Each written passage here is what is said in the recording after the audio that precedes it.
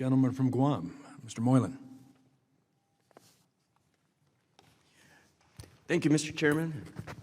Thank you, Secretary. I appreciate your presence. I'd like to see my classmate there at 118th Congress, and congratulations. Thank you. You're doing wonderful. Thank you, Congressman. Okay, let's talk about the Defense-Based Act, DBA. It creates undue financial burdens on American citizens doing business with the Department of Defense on Guam. There are high costs of doing business on Guam, the shipping costs, labor costs, and all. And this is one other thing that adds to this cost. DBA requirements add about 25% to operational cost and unnecessary red tape, effectively blocking out small businesses from defense contracts. We have a lot of small businesses in Guam too, and it makes it quite difficult. And historically, a DOL exempt Guam from the DBA requirements up until 2020, when only non-citizens were exempt. Madam Secretary, do you believe Guam should be exempt from DBA just like the 50 states and DC? Yeah, thank you, Congressman. I'm honored to be here, and I miss you guys. Thank you so much, again, for the question. Thank you for the call. I know we discussed this in detail, and this is a big concern for Guam. And I know that my staff has connected with your team on this issue, on this legislation, on the Defense-Based Act. And I do appreciate that you raise it with me. I promise you that I will commit to looking into this in order to assist Guam in having the most robust economic development that they can.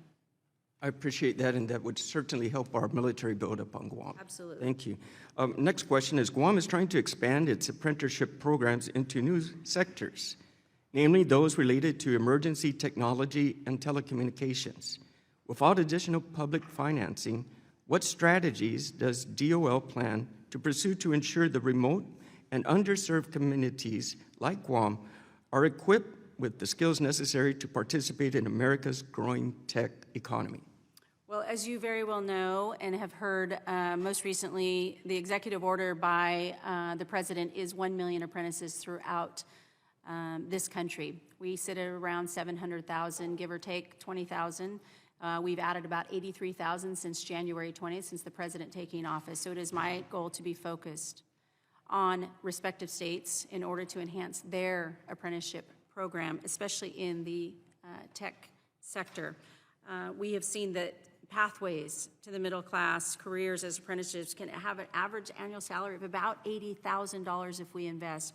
It has been my focus through this executive order, high-paid, skilled trade jobs. That is going to be key, I believe, for Guam and many other states. And so through the Make America Skilled Again grant funding, 10% of those expenditures have to be toward apprenticeship activities. So I think if we address all of those in a very succinct order and work hard, because it's going to take hard work, we will get more business investments in the apprenticeship programs within their local communities so we can get those young people into the pipeline and address the economic market demands like you have in Guam.